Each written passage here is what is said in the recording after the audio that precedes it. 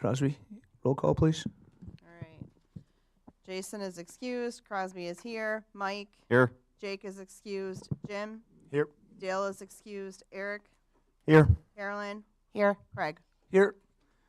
Pledge of Allegiance, please.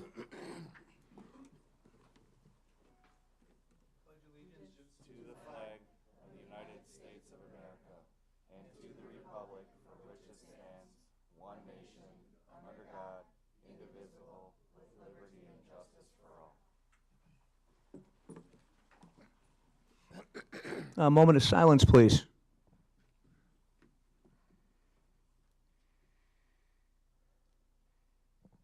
Thank you. Any citizens' comments?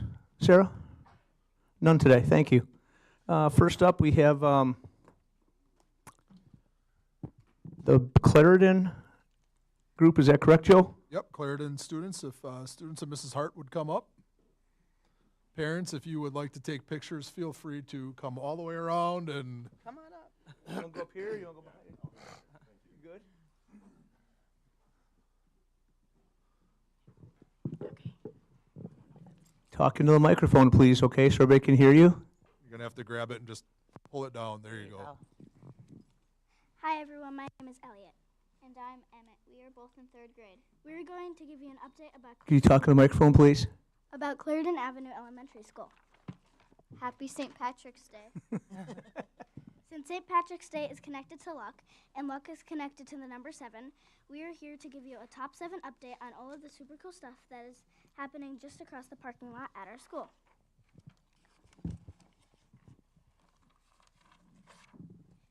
Let's start with 7, the Cougar Code. The Cougar Code is the way we behave at Clarendon. It's how we are. And when kids or staff show the Cougar Code over and above, we celebrate them. We celebrate students and adults every single day. Here are some of the things we have recognized in the last few weeks. We celebrated a 1st grader that was caught helping out in the classroom when making sure the room was neat and tidy after recess. Or a kindergartner who helped a friend when they were sad. Or a 2nd grader that helped a new student by making sure they had some good cash to start the week. There have been so many, it's hard to remember all of them, but the cool thing is that we have lots of friends and adults to keep. That we have lots of friends and adults to celebrate every day. It's because when you focus on finding the good, more good happens. Anyone can give a super war. Sometimes adults give them to kids, sometimes kids give them to adults, sometimes kids give them to other kids too. It is cool when we can all see each other by celebrating them. Let's move to 6. Some 5th graders worked together to start a fundraiser to help a struggling school in California after the wildfires. The group had an idea and emailed Ms. Hart, our principal, to set up a meeting. When they met with her, they shared their plan. They researched who our school could help and how. They made a video to show everyone how they wanted to help and what everyone could do to make it happen. They made a flyer to send home to gather support.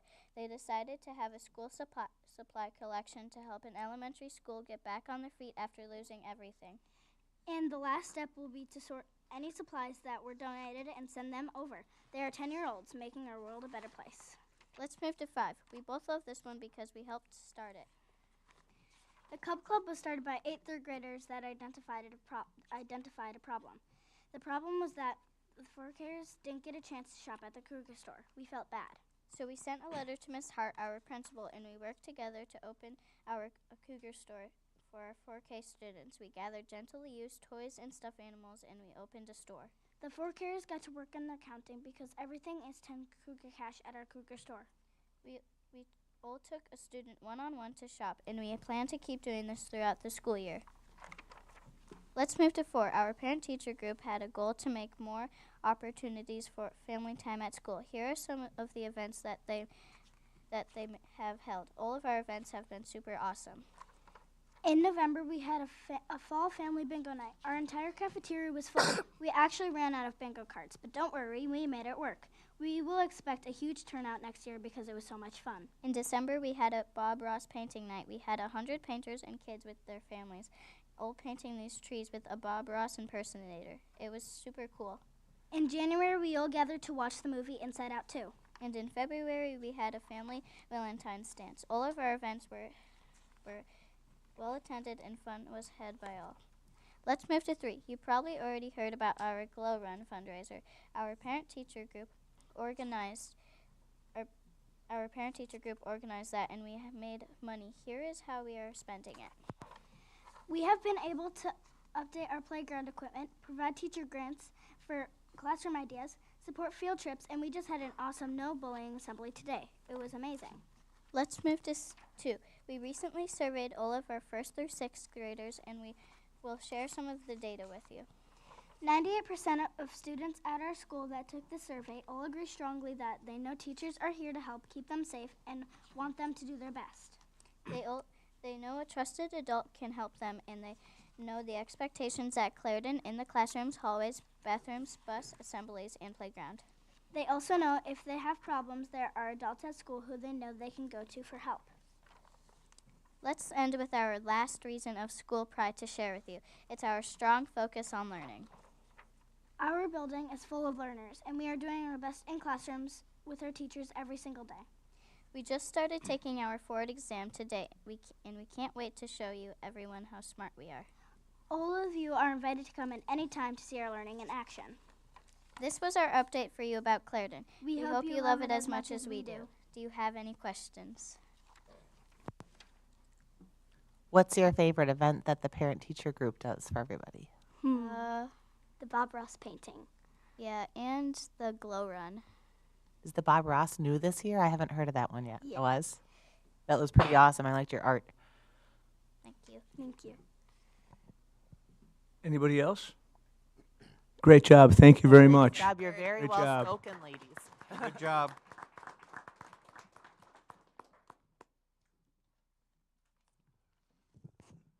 Thank you.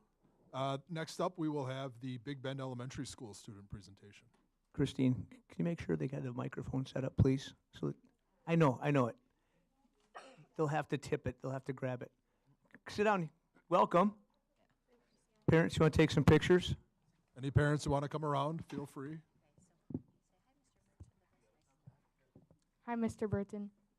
Greg, you want to come up with them? You're more than welcome to. Hi, Mr. Burton. Very good. You want their microphone? Very good. They can share? Okay.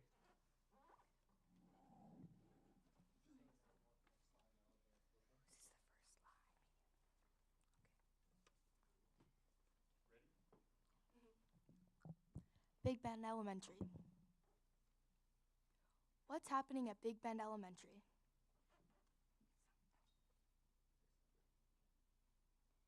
Top Dog Awards. Top dogs are people who get awarded when they follow the month's theme or follow our school rules. Our school rules are when you're respectful, responsible, and safe. These are some of the people that have gotten Top Dog Awards in the past 2 months.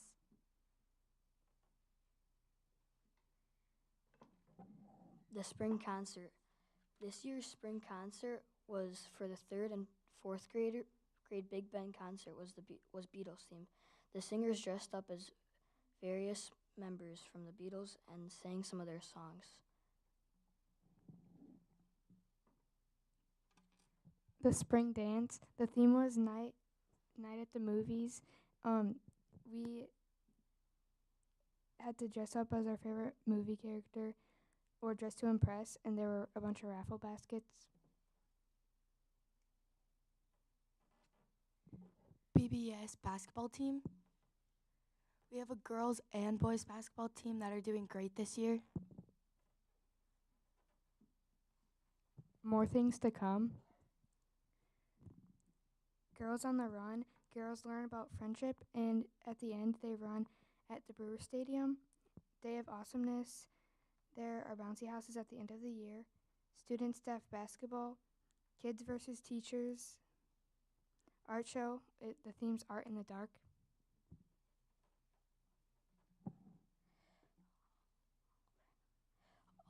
This year's book fair, you can bring your guardian and they can join you in lunch, and afterwards you can go to the book fair to check out a variety of books. And this year's food drive for student council,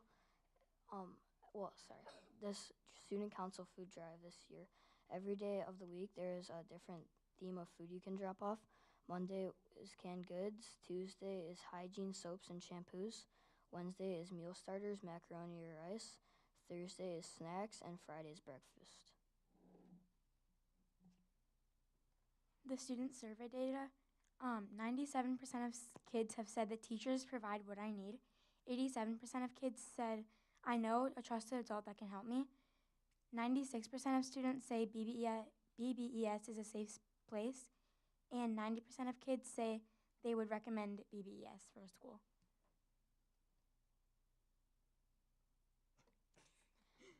Go Bulldogs.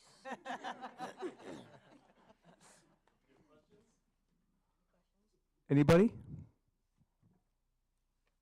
Did you dress up at the dance? Yeah. What were you? Me and my friends were just characters from a TV show, Outer Banks. Oh.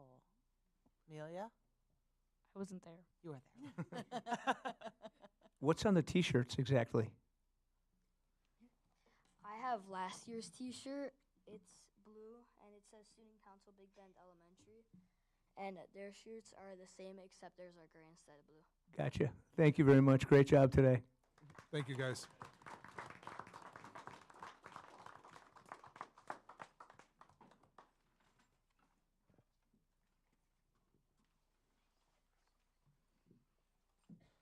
Next, we are going to welcome up Team 930.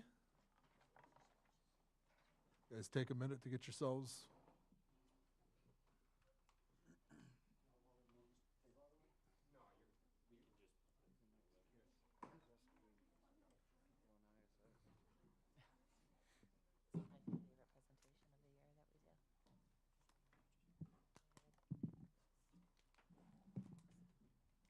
Welcome, Team 930.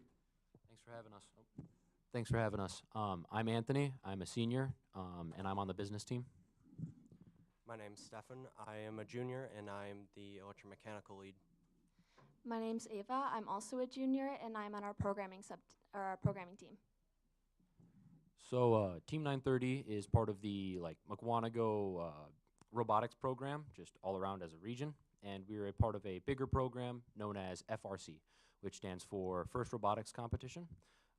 Every year they put out a new game, and they have other programs that are for younger students that we are also involved in, like First Lego League, where kids build Lego robotics.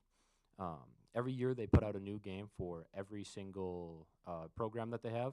So the Lego League team got a new program and new game, and we got a new game. And the game this year is ocean themed. It's like water themed, so we have a big old set of like PVC pipes that we put these PVC pipes on, and you just take the robot and over there, and it has like elevators and arms and stuff that just place it on top for points.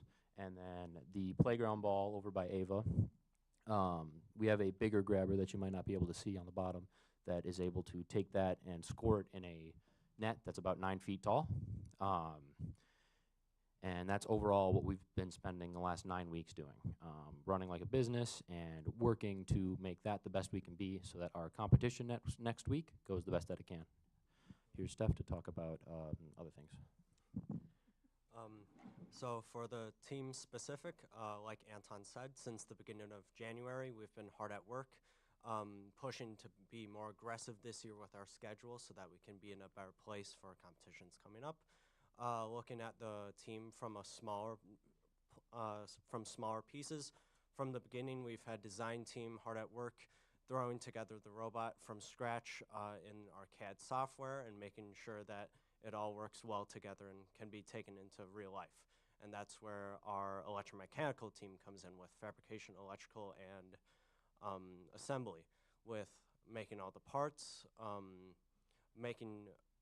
assembling it into our actual subsystems, and then assembling it into our overall robot, and then making sure that everything is powered and able to run. This then gets moved over to programming, which is really the brains, like the nervous system of the robot, and allows the robot to do everything that you would expect it to. But with all the physical aspects of like what you would expect the robotics team to be about, none of it would be possible without the business team, which manages all of our financing, our outreach, and all of our connections to sponsors like you guys.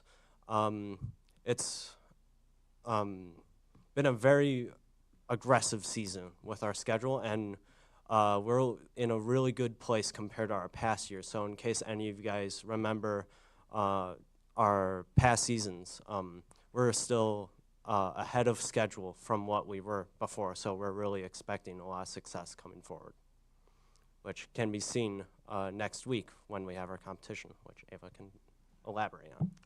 Yeah, so we spend all this time, all this hard work on our robot, but what's the point unless we compete it? So this year we're attending 2 regionals, and one of them is really special. Next week we're attending the Phantom Lakes Regional, and it's really special because it's held right here in Mukwonago at Mukwonago High School. And we extend, therefore, an invite to any of you guys, anyone in our community, to come down, see some robots in action, talk to some teams.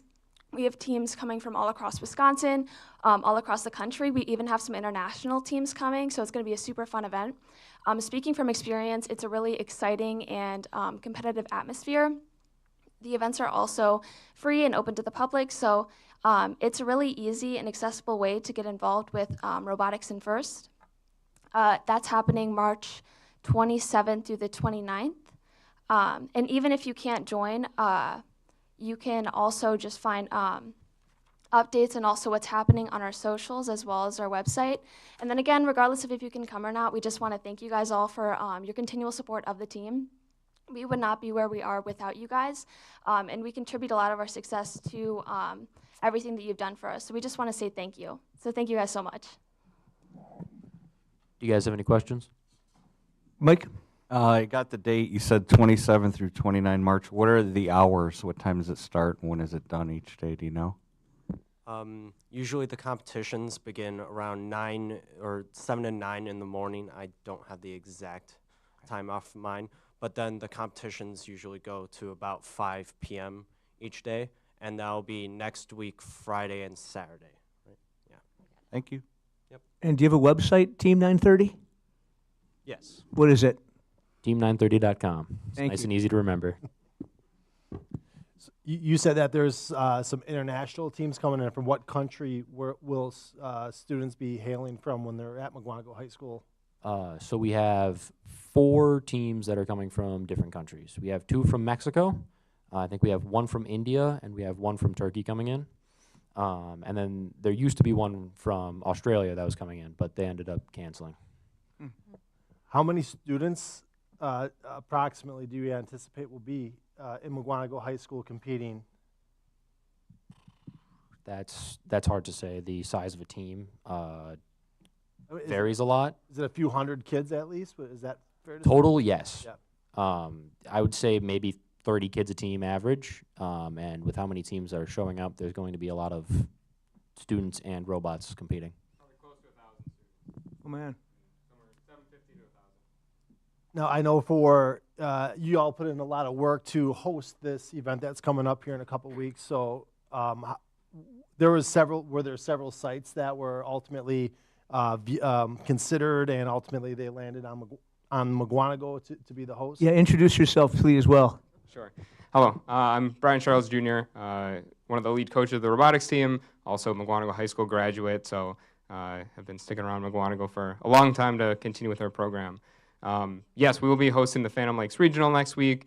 The first Wisconsin group did evaluate a few different sites for it, all across the state of Wisconsin, looking for an optimal place.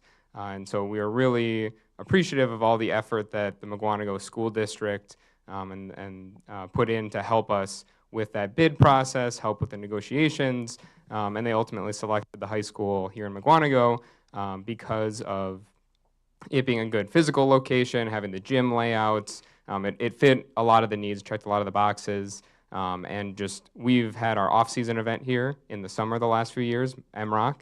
We'll be hosting that again this July. So really doing that a few years ago set ourselves up for success, proved that, hey, we can host this big international competition.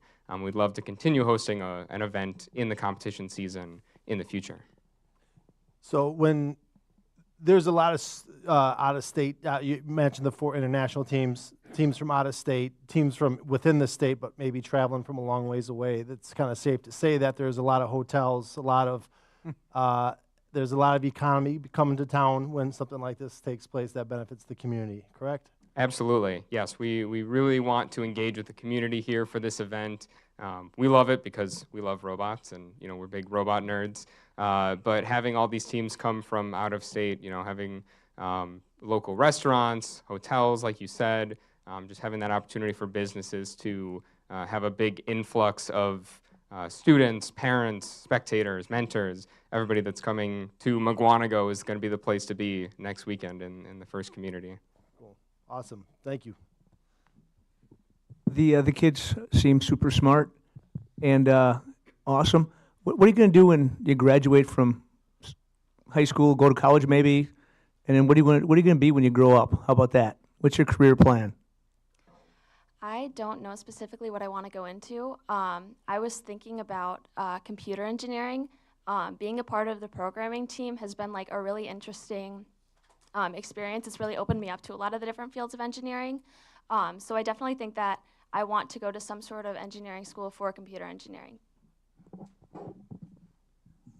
Kind of in the same situation. I don't know exactly what I want to do either, but since I joined the team, I'm the person who primarily runs the CNC machine. So all the plates and tubes that you see on the robot, I've had a hand in making that, and that's inspired me to potentially pursue industrial engineering as I go forward after high school. And I've been looking at a lot of the UW system schools and MSOE for after high school, and it's just been something to look for. Yeah. I'm going a little bit of a different route than they are. I plan on going into the paramedics side of things. I want to go to WCTC and eventually become a fire medic. I'm also hoping that being on the business team will help me expand my reach from just being a paramedic to also having the freedom to work on other like creative projects that involve all of the things that I've learned through being on Team 930. Awesome. Anybody else? Are we going to see the robot in action? Okay, you have to come back because we look forward to that. Thank you very much, Team 930. Appreciate it. Thank you, guys. Good luck next week. Good luck.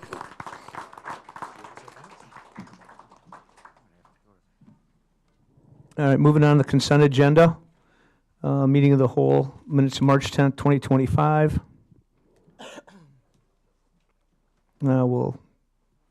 We will approve that. I don't think we needed a motion, do we, Joe? A consent agenda. Number 2, approval of vouchers and receipts. Again, motion carried. Policies, Joe. So under policies, we talked at the committee of the whole last week. Just keeping these on there. If you have any questions as you review them, please don't hesitate to reach out. But those are policies that we will keep on into April, and then we'll seek final approval at the April school board meeting. Thank you, Joe. Personnel topics, none. Student learning topics, director's report. Yep, a quick review of the 3 items from the committee of the whole meeting. The first item was a proposal for an extended trip from the high school. We will talk more about that later. That is an action item for tonight. And then there was information shared regarding the academic and technical excellence scholarships, including the nominees for those 2 scholarships for this year. Again, we congratulate those students. And then the final item was an update on 4K registration. Again, our priority registration has closed for this year. Students have been placed based on their preferences, and those families will be notified of their placement very soon. That's it for the director's report. AP environmental pilot. Yep. So we will be this spring doing a pilot of 2 resources for our AP environmental course. With any of our AP classes, just a reminder that these are college level classes and oversight for the course is provided by the College Board. So there is specific requirements for both content and skills that has to be covered. For this particular course, there are 9 units that are required. In the past, we have used a variety of resources that align to that content and to the course objectives. However, with a changeover in staff, and then also with some changes to the course by the College Board, we have seen a definite need to look for an updated and comprehensive resource. So we will be doing a pilot. We will be piloting 1 unit each from 2 different resources. Both of these resources are on the College Board approved resource list. The first resource that we have listed there, the Environmental Science book by Friedland and Rylea. We will be covering the required content from Unit 7, which is atmospheric pollution. That's the topic for that unit. And then from the second resource, Exploring Environmental Science for AP by Miller and Spoolman, we will be covering the required content of Unit 8, which is aquatic and terrestrial pollution. So again, we will be teaching the required content from the AP course, which is required by the College Board, and then we will be utilizing the book as a resource to teach that content. For the pilot itself, students will not have copies of the text, but rather the teacher will be using the resource as a guide to try out the content, see how well it fits with the requirements from the College Board, and then also see how well it fits the needs of our students. With the resource, as with any resource that we bring into our district, we do have full control over what we utilize from the resource and how we approach it. So in this particular case, as I stated before, there is required content. However, with the resource, we have control over how we approach that. So as we always do, we will work with our staff to ensure we have alignment to the student and district needs. We will continue to use supplemental resources as needed.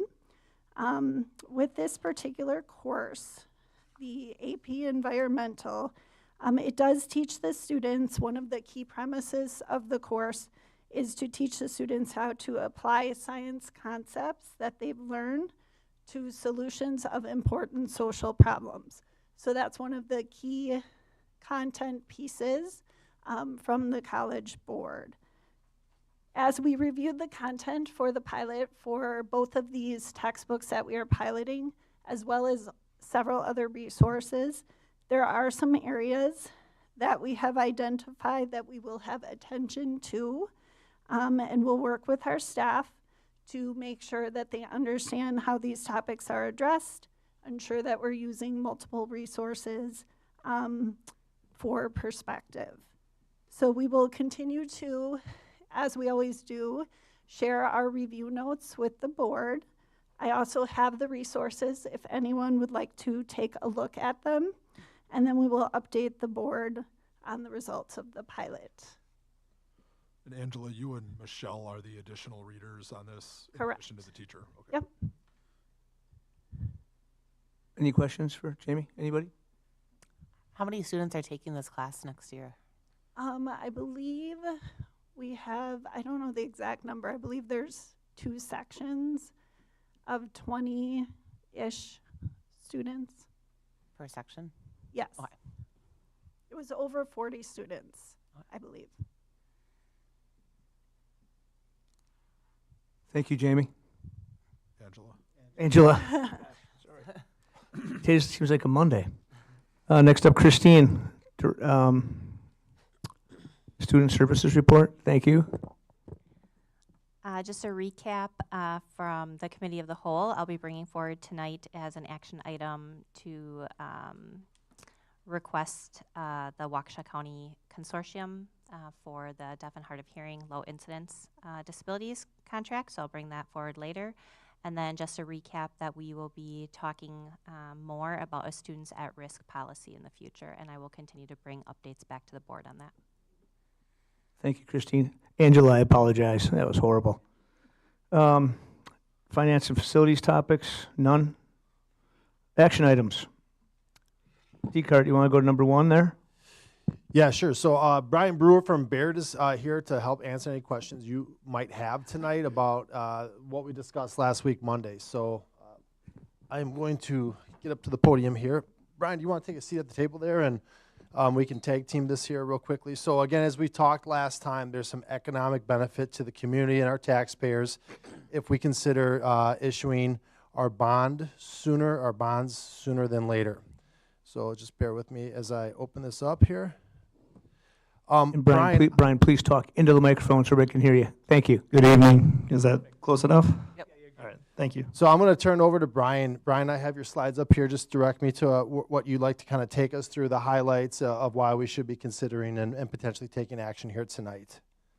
Sure. Thank you, Tom. Good evening. So this first illustration is what the district has been doing. You've been paying down the debt related to the high school.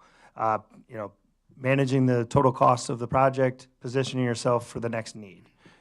So this illustration is the monies that are available for this spring to put to work to pay off the 2030 and a portion of the 2029 maturities. So as you see where his cursor is, the rates are a 1.8 and a 1.65. So paying those off and accelerating the debt repayment saves about $460,000. So that's part of step 1 of the plan. That's what we had been planning all along. The second part was we were going to do 1 more year of that, which would then target that $1,075,000 that you see right where the cursor is, and the year prior to that, the part of the $2,810,000. So in exchange for, instead of doing that 1 more time and paying off the lower cost debt, right now the market, your new debt is around 4%. So instead of taking those monies and paying towards the lower cost debt that's already locked in and fixed, this would be the change would be taking those dollars and paying it towards the new debt, which is going to be closer to 4, plus or minus, depending on where the market is when we finalize. So that in and of itself uses those dollars more efficiently. We will continue. We can go ahead and scroll to the next page, please. This was the macro plan, right? So you were going to pay off the $89 million from 2026 through 2046. And so if we waited a full year and we talk next spring, we would just do all $89 million in one issue next spring. State statutes limit you to borrow up to 20 years from the date that you lock it in. So in this case, if we move forward with the locking in a large portion of the total with the known rates closer to 4, we would lock in approximately $82 million, and then we have that final $7 million that we would finalize sometime in 2026. But the key focus is that right side column where the payments are about $7 million too. That is a reduction of about $45,000 or so annually in each of those years that are yellow highlighted there. And that aggregates to, the combination of locking in, instead of waiting and locking in at the 5%, which is what we were estimating because we're waiting a full year. We don't know where rates will be in a year. So the combination of using those dollars in the 25-26 levy towards paying down the new debt, keeping the 1.65% debt outstanding, and locking in closer to 4, you've reduced those future payments by about $1.3 million.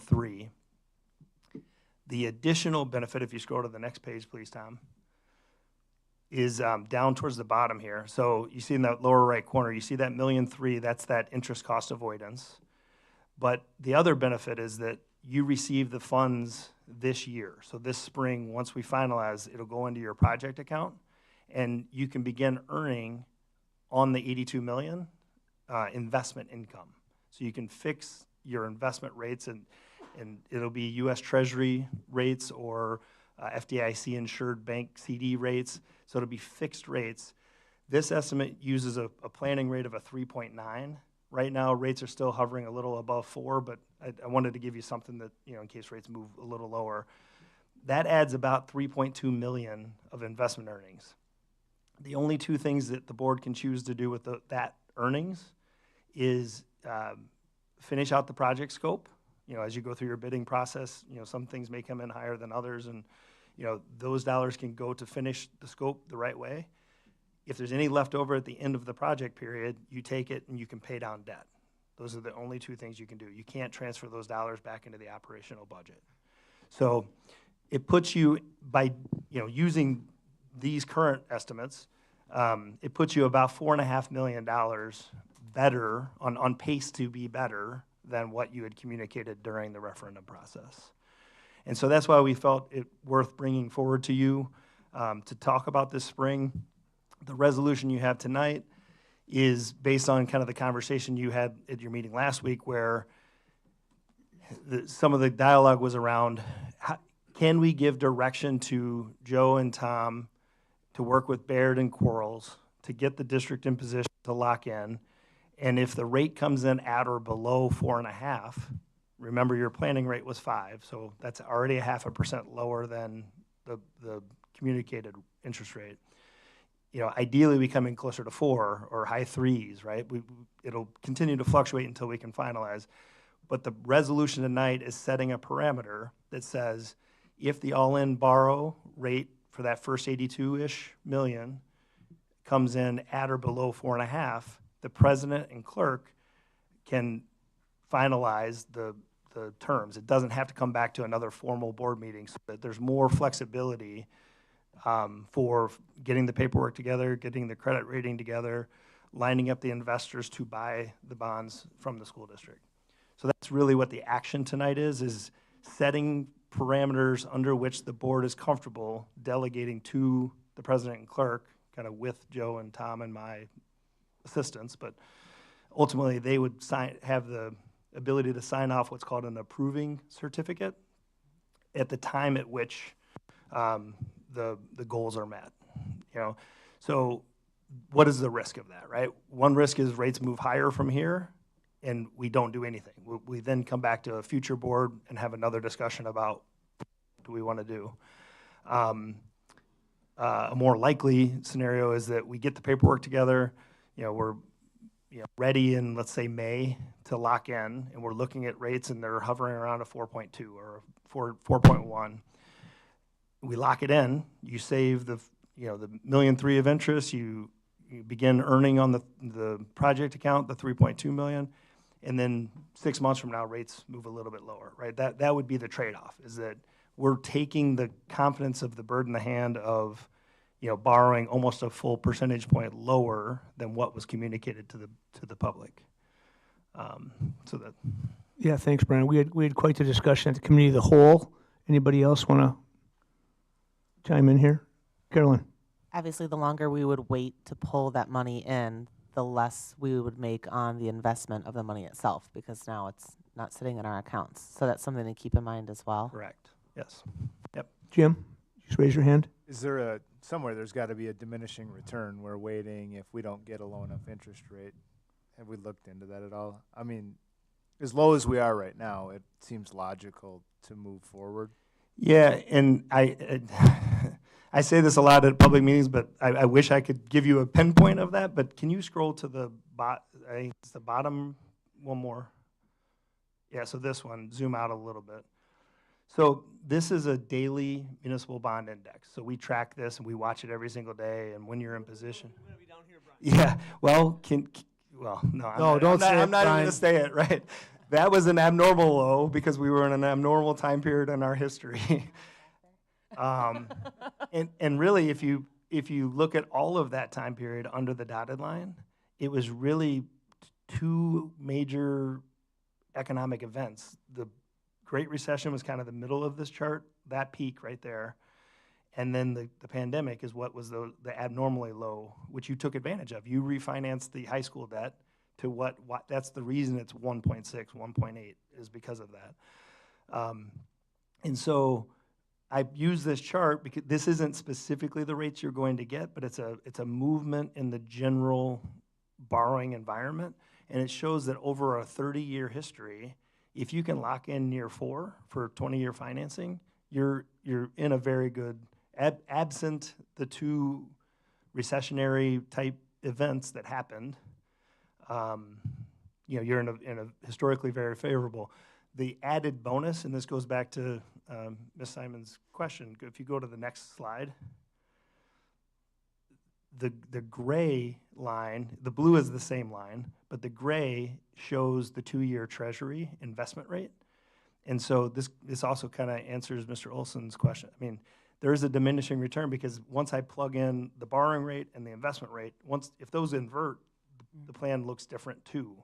And right now, the investment rate is at or higher than your long-term borrowing rate, which is weird. Like it's only happened 5 times in the last 30 years. So that's another reason why taking a portion of your total financing, locking in your investment rates, puts you in a great starting position to then come back and figure out what you want to do with that final 7-ish million. It's almost such that hypothetically we could borrow at a lower rate and invest at a higher rate and just let this thing roll. There are some limits to that though, correct? There are. But yeah. It's a unique time to take advantage. Tom, can you walk us through the tax impact? Crosby, would you repeat the question, please? I just wanted Tom to walk us through the tax impact, the mill rate. And that's that line chart. If you go down one. Oh, I'm sorry. Yep. Right there. There we go. So really at the end of the day, and I'll zoom in to make this a little bit bigger. Brian, please chime in at any point. We've been gray is what we've been projecting. The gray is what we've been projecting. So when we look at it, we're really trying to get into the $7.2 to $7.3 million of annual repayment, kind of like a 30-year mortgage. Once you lock in, you have this fixed payment, and off you go. So each and every year for about 21 years, we would be at $7.3-ish million, but that's at the 5% interest rate. Is that gray? Correct. Locking in now at a lower interest rate. Brian, what rate is this black at here? Is that 4.18 or 4.18? Yes. You could see that we're coming in less, so the tax impact it lightens. It gets less. And one of the key points of this visual, the reason we did this one, is it doesn't step up until the 26-27. So we're still adhering to the communication that you won't raise the tax until the high school debt is closer to being paid off in 26-27. The only difference is you will have a couple of years remaining on the high school payments at the 1.6 type rate, and to take advantage of the additional either savings or earnings.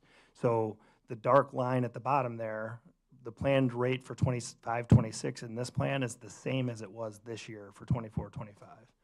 So you're adhering to the spirit of the communication. So ultimately, we told folks that there will be no increase until the 26-27 school year. So you see this year where I'm hovering, about a $6.2 million repayment, all towards MHS. We would stay at that $6.2 million next year. And I mean, as I just back up here, we actually, in this levy, we cut taxes by 0.5%. We'll hold the line here as we head into this year. And then in 26-27, the jump occurs, and that's what we communicate all along. So really, we're sticking to the script of as to what taxes will look like this year, next year, and then the year that follows in 26-27. So we're not deviating from that at all. So even though we're borrowing earlier than we said we were going to, our taxes will not be affected. We might end up paying less taxes, and we're saving money. Correct. Okay. Yes. So your recommendation, gentlemen? I would say it's to approve the resolution tonight that you have in front of you. I think this is the right thing for the community, financially speaking, and I can't think of a reason why you wouldn't. Okay, we'll need a motion. So when you do that, could you just, You want to say something, Eric? Sorry, go ahead. So how long do we make money on the money? I mean, at what point in the construction, because I'm assuming work goes on, and then you pay it, and then work goes on, and then you pay it. How long do we get to keep that money to where it's earning us money? Brian, I'll answer that one there. So we work with a bond proceed manager. The last time we did this, we work with an entity who basically, this is what they do. You secure a large amount of money. You don't want to put that into just one bank account. You have FDIC insurance issues. You want to make sure that you're completely covered. So those are ultimately invested in a timeline where when the money needs to be liquid because you're about to make a lot of payments for supplies, materials, labor, that money is available to meet those needs. But if you do not need that money, say for 18 months or 24 months, you put it into a longer CD where the rate of interest can be higher. So all $82.1 million that we're discussing here for borrowing would be timed up according to the project payout. And, you know, it's all kind of timed up and in sync and in rhythm. Anybody else? Brian, is that more or less it? Yeah, I mean, yeah, the only thing I would have added in addition was you're likely going to earn more than the 3.5 I'm showing because that's only the first year because you're going to be drawing it. I'm not sure exactly how long the full construction plan would be, but it's going to be longer than a year. And so, you know, there'll be more reinvestment in the future as well. I was really just trying to isolate the trade-off of getting monies in spring 2025 versus getting monies in spring 2026. And so it was that 1 year difference.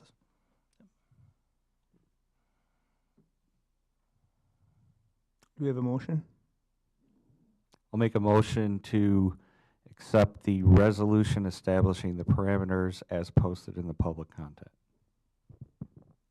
I'll second. We have a motion and a second. Any discussion? Carolyn? So stated in here is not to exceed 4.5%. Where were we at today? So I'd say we're closer to like 425-ish. You know, we're still hovering around that 4.2. So the 4.18 was from a few weeks ago when we were preparing for your last meeting. Rates moved up a little bit last week. Today was a good day in the market, so it keeps moving. So I'd say for a ballpark figure, let's say 4.2. And if it's higher than 4.5, we then just need to bring it back to the board at some future point to have a new discussion of, you know, as a board, are we comfortable in between that 4.5 and the 5, or not? You know. Crosby. When is the soonest that we can refinance? It's 7 years, but is it 7 years from when we lock it in or 7 years from when we take the first draw? It's from when we lock it in. So it's I'm not sure. So the recent ones have been 2033. So that I would call that from 25. I'd call that 8, but it's between 7 and 8. Okay.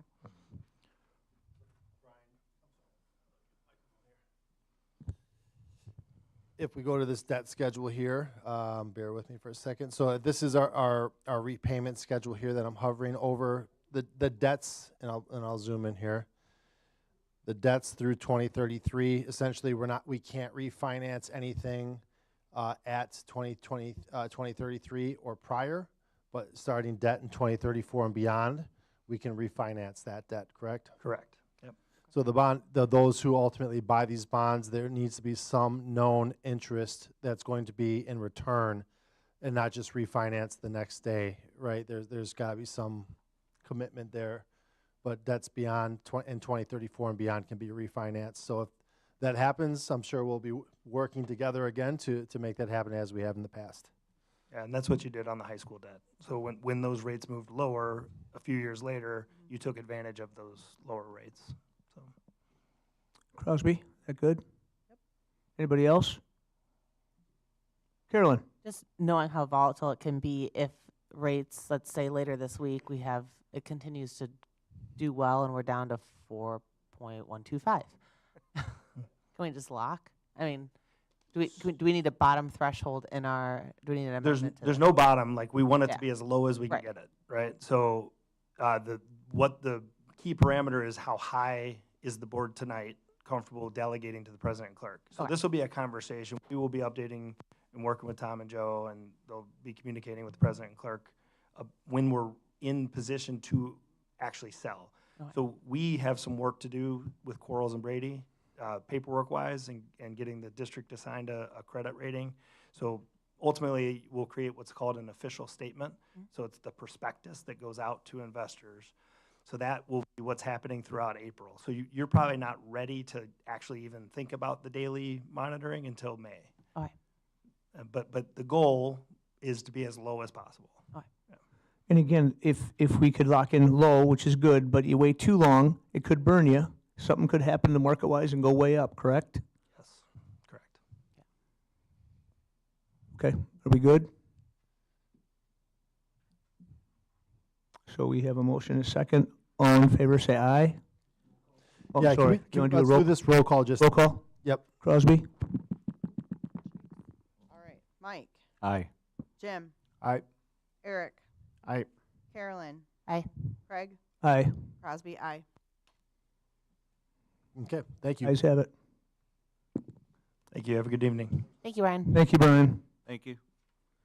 Number 2, 2025-2026 Buildings and Grounds Budget. Andy, you going to jump in this? Andy, would need you him? like to jump in here?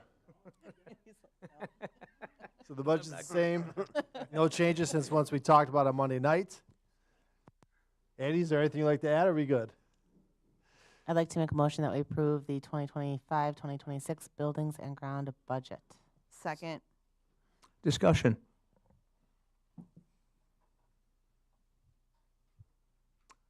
No discussion? All in favor, say aye. aye. Opposed? Motion carries. Okay. Policies, Dr. Cook. Oh, sorry, I apologize. Number 3, 10-year capital plan. Yep, so we did have a change to, or I should say, I'm asking that we table one of the project ideas. We did a tour on Thursday night.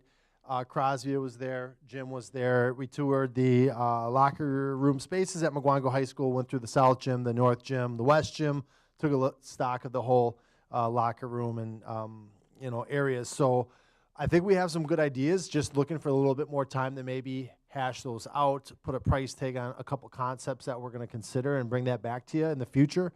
So there was 5 projects on the 10-year capital plan. We're just going to table that one for a short while and then move forward with the rest. That's the recommendation right now. So all the information there. I did update what's in Neola right now. So looking for approval of this. And this will ultimately set our Fund 46 expenditures for the 25-26 year. I do just want to say one thing. So when we did this at this time last year, we identified a roof at Mukwonago High School, a roof at Clarendon, a couple other things. For example, the roof at Clarendon has a $1.8 million line item there, and that is for all work. Like ideally, it'd be great if that project could be done by June 30th. It's not. It's going to take a little bit more time than that. So with the 1.8 million, let's say if half of that project is done on June 30th, and there's 900,000 that's not completed, we're going to roll that 900,000 in to 25-26. So the project was already approved. The line item's there. It just becomes a timing thing. So really what we're doing is adding these 4 projects for about 1.3 million to the list, and we're going to start moving forward those. So we'll finish what we have. We'll move forward with the new stuff, and off we go. Okay? Make a motion to approve the 10-year capital plan as presented tonight. Second. Discussion. Hearing none. All in favor, say aye. Aye. Aye. Opposed? Motion carries. Dr. Cook, policies? Yep, so we have 4 policies on there tonight. We're asking to not approve, to hold on administration of medication. We did notice that we have an addition that we need to make into that policy, so we're not asking for action on that tonight. We have 2 policies, I'll go over those quickly, just about board member behavior and volunteers. And in both of those policies, we added the criteria that board members, to get badge access to our school, will pass a child care volunteer background check so that those badges then could be activated.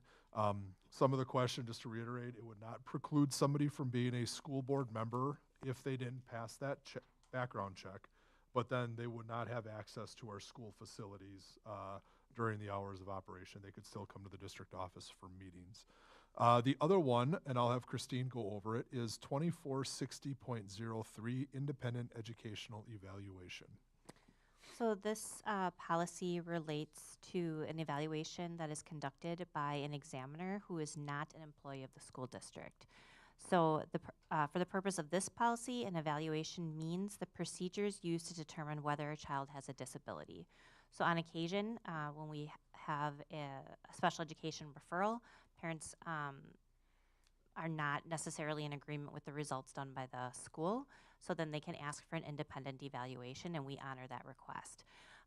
Part of that request, then we have the policy speaks to the former policy, said 30 miles within the district, that you could go anywhere within a 30-mile radius to get an additional evaluation.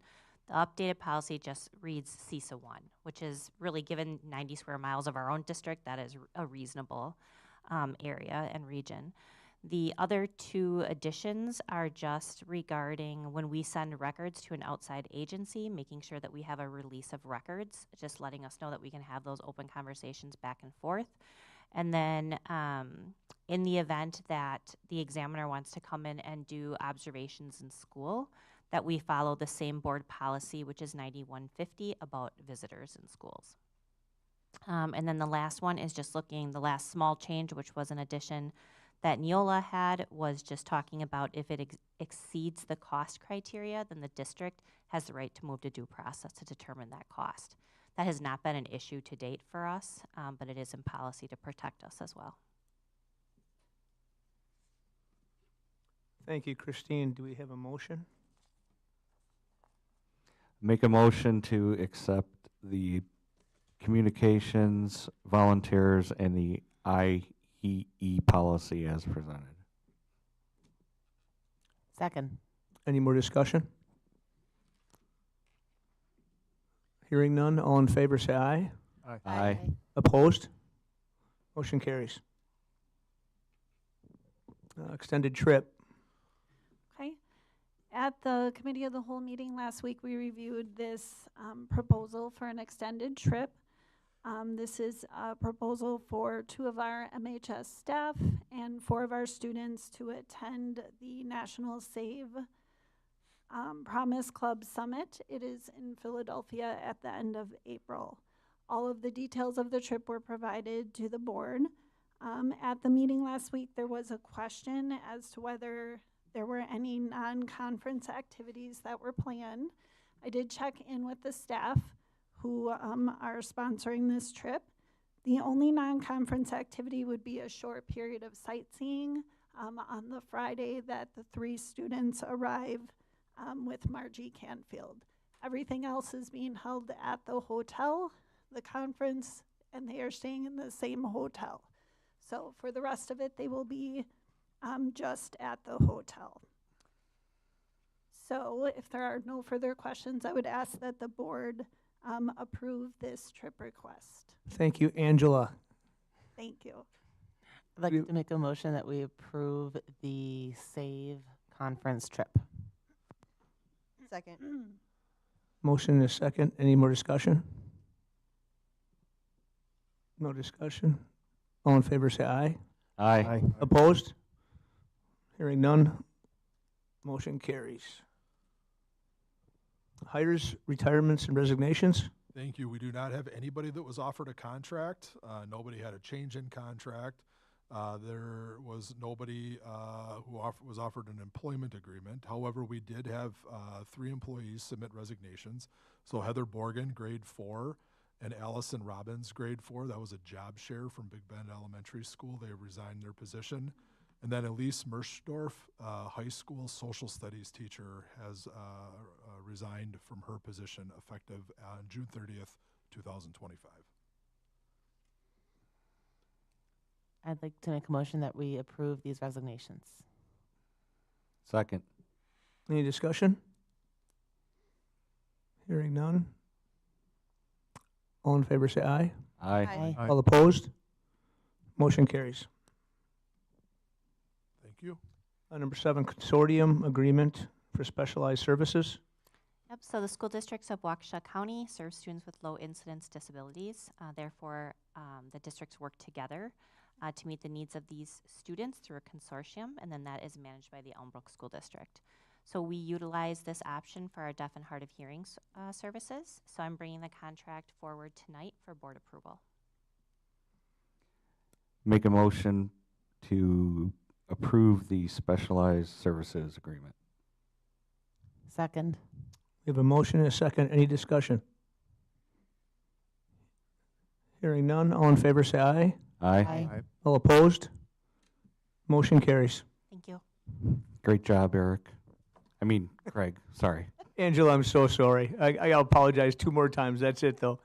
I have a cousin that's named Jamie. You look kind of like her. I kid you not. All right. It's okay, Dale. Thanks, Johnny. Unfinished superintendent's report. Okay, so a couple things. Spring break is coming next week. We have had a nice run from January until this end of March break.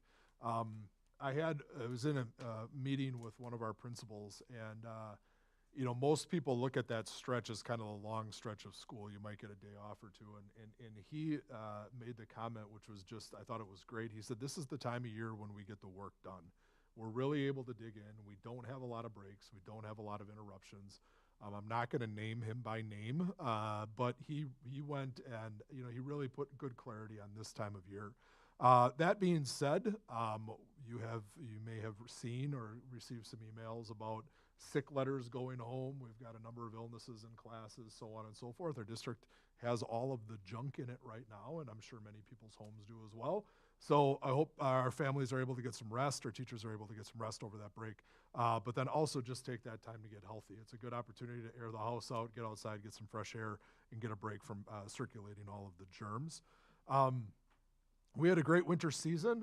Andy Trudell will be with us in April to do a recap, but I'd just like to take a moment to thank our athletes, our musicians, performers, our coaches, and advisors. The winter season is a long haul for wrestling, for basketball, if you're familiar with those that are tied into it. It's kind of the pinnacle for some of our performing arts. So really, really appreciate everybody's efforts in that regard. In April, we will have a formal presentation on where we are at with the referendum. We'll have some renderings, so everybody will have an opportunity to see not only the layout of the building, which we've kind of gone over, but also what we're looking at, what the building is starting to shape up to be from the Veterans Way, from Highway 83, and then from the back of the building. You'll see what we're looking at from a color scheme, opportunity to look at it, give some feedback as to where things are coming in. The other thing, and it came up about 2 weeks ago, we had a gentleman from our community reach out about the time capsule that was buried in the front of Parkview in 1976. So, wow. Yep, 1976, there was a time capsule that was buried. He came forward, he said, "I don't remember where it was buried. I don't have the location." At the time, the district did not put a formal marker in place. He said, "I think it's kind of on the front lawn of the place." So this gentleman reached out on Facebook. They were able to kind of say, well, it was between the tree next to the rock by the old sign where the guy left his shoe. It was kind of those types of directions. So anyway, Andy Wegner. Treasure map. Yep. Andy Wegner, he reached out to a company in Waukesha that is going to be assisting us with the location of this time capsule. That being said, if anybody knows of any other time capsules, memorials, whatever it is that are on the property that was not marked, please bring that to our attention. We have a period of time, we'll be looking at breaking ground sometime in September and starting to do some earthwork. But once those machines hit the ground and start moving stuff around, we cannot promise that the condition of whatever is found, or if it'll be found at all. So please bring that stuff forward. We are going to run a metal detector over the area and see if we can locate this particular time capsule. So if it's brought to our attention, we will look for it. 1976. Eric, were you born? I wasn't either. I wasn't either. Okay, I was like 1. Okay. You were out of high school, right? Yeah. That was It was your class, right? 2 years prior to my Ron, arrival. you want to jump in here? Okay. So yeah, we've had a great stretch here, from Christmas to our spring break. For those that are traveling, I wish them safe travels. For those that are sticking around, if you're available, that team 9:30 That'll be a great opportunity. They approached us with that idea. You can see the passion that the kids have, and to truly be able to run that international competition at our school is going to be fantastic for our kids and also for our community. Thank you, Dr. Cook. No president report tonight. We're going to jump into executive session, Wisconsin Statute 19.85, considering the employment of any public employees over which the government body has jurisdiction, conferring with legal counsel. Make a motion that we close the open session and go into closed session. Second. Crosby, do you have to do a roll call? Yep. Mike? Yes. Jim? Yes. Eric? Yes. Carolyn? Yes. Craig? Yes. Crosby, yes. Thank you. And we will not have a need to come back into open session. So we can shut it down then. 5-minute break.